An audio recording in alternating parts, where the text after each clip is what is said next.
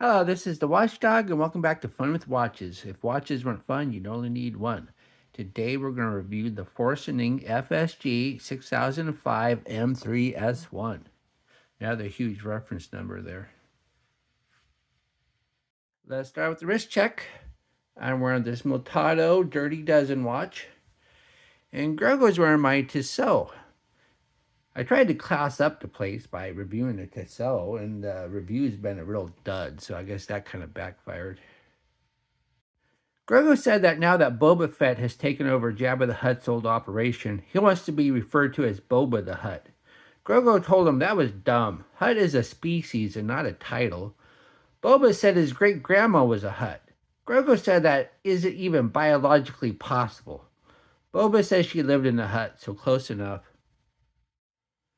Alright, let's take a look at the watch. It did not come in a box. And here it is. This is only the second Forsining on my channel. When it comes to Chinese homage brands, I've heard worse names, but it doesn't actually roll off the tongue. It's not like Panerai is the world's most pleasant sounding watch brand name either. This is an homage to a Panerai Luminor chronograph. However, this watch is not a chronograph. It is considered a multifunction watch. There is no stopwatch functionality, as the subdials and pushers are the non-perpetual calendar, which means you don't have to worry about a 4:30 date. Recently, YouTube pulled my review of a Kimstone Panerai homage for violations. I rewatched the review and have no clue what I did wrong other than maybe say the word Panerai. So who knows, they might pull this video too. At $22, this Forsining is about as affordable as you can get for an automatic watch. At this price, you are getting a chrome-plated alloy and a mineral glass crystal, but you're getting a genuine leather strap that is imitation alligator. And you can get it in any color you want as long as it is black. The watch is 44 millimeters at the bezel, 52.7 millimeters lug to lug. It's a whopping 16 millimeters thick, including this dome crystal. Has a 24 millimeter lug width, so good luck changing straps. And weighs 98 grams on the supplied leather strap. The watch is a chrome-plated alloy, including the bezel. And then we have the dial. The dial is black.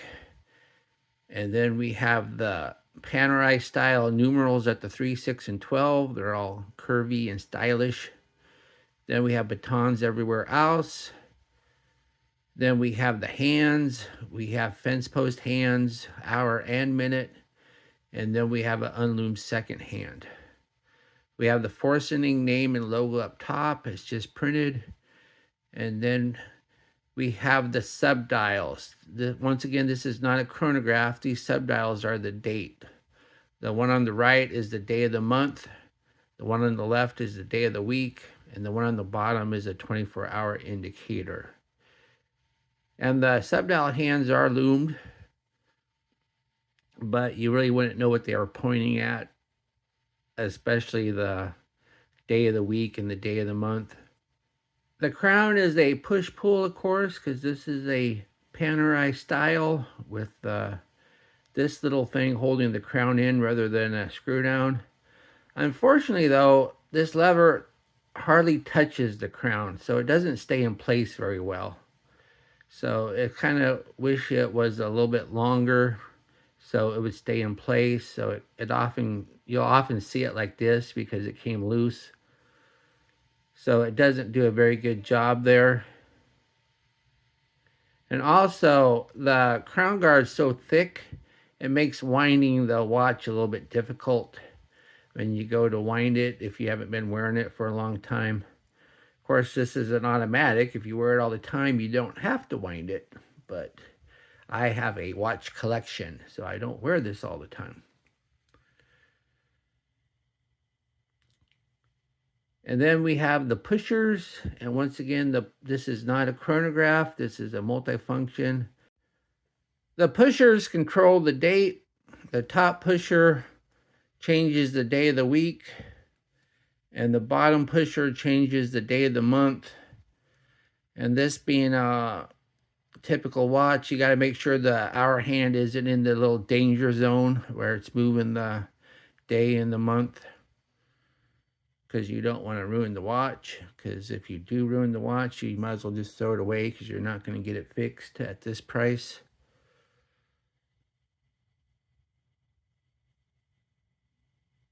Then we have the crystal. The crystal is a dome mineral glass, and as you can see, there is distortion, so it is more than likely not double domed.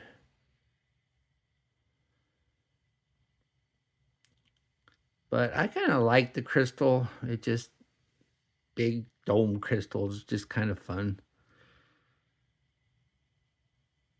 And then we have the case. The case is a chrome plated alloy. It says so in the ad, and I believe them.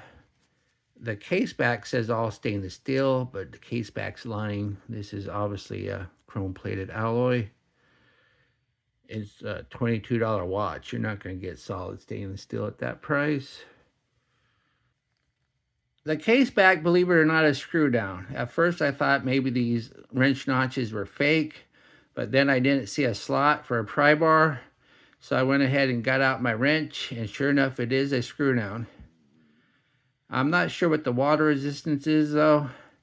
I don't know if you get more than 30 or not, because just because it's a screw down doesn't guarantee you get a lot of water resistance, and there is no mention of water resistance. Here, let me check the AliExpress ad and see if it mentions anything. Yeah, there's no mention of water resistance, so I don't know what you get. But I would hope you get some, at least your basic 30 anyway. But there's no mention of water resistance, so get this wet at your own peril. And of course, it's a display case back. And if the crystal isn't sapphire, neither is the case back. Then underneath the case back is a automatic movement of unknown origin. I see absolutely no writing on it, and there's no mention in the ad. It does look like it has a bidirectional rotor because it doesn't spin freely in one direction. The movement, though, does not hack. See, pull out the crown, and it keeps going. And so I don't know how many joules. I don't know what the... Oh, yes, I did check the power reserve. It's 36 hours. I fully wound it and just left it in the corner, and it lasted 36 hours before it died. So anyway, let's put it on the Timegrapher and see what it looks like. Here it is on the Timegrapher, and as you can see, we got some serious issues here. The watch is running a little slow. Normally I complain about slow compared to fast, but this is a non-hacking movement, so that doesn't really matter.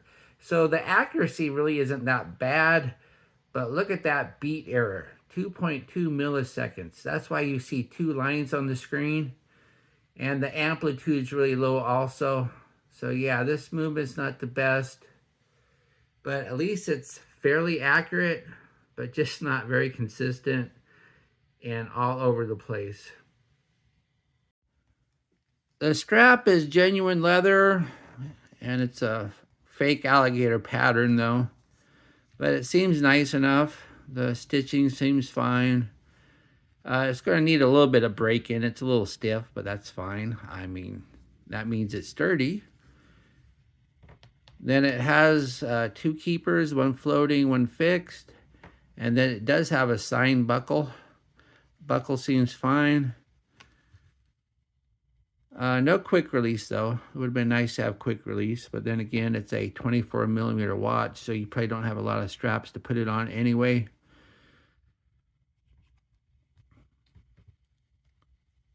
But yeah, I like the strap. I think they did a good job with it.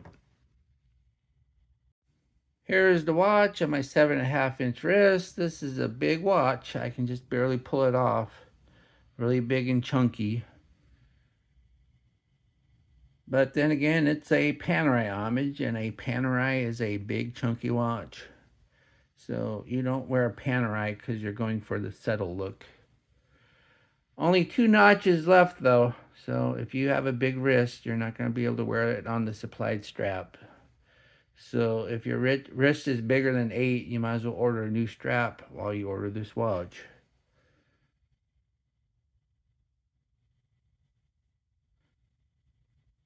You can go in another inch, but then again, if your wrist was that small, I don't know if you'd want to wear a watch like this. Here we are in the Lume room. Panerais supposedly have great Lume, but this is a 20-something homage, so we won't get great Lume. But let's see how bad it is. As we speed up the time, we see the indices fade almost immediately. The subdials are loomed and they last a little bit longer, but are the next to go. At least the hands are stronger than everything else, but they are still fading fairly fast. I have seen much worse.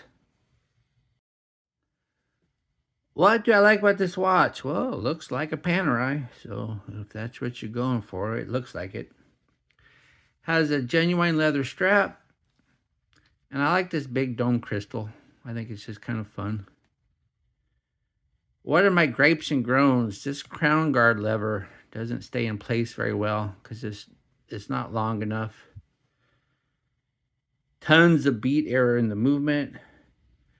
And it says all stainless steel on the case back when it clearly is not.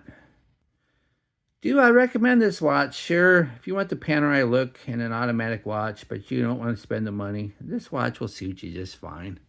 It's not a great watch, but it's decent enough for $22. Well, thank you for watching my review of the Forsining FSG6005M3S1. And I will be back with an unboxing video. Be sure and like and subscribe to my channel. Bye.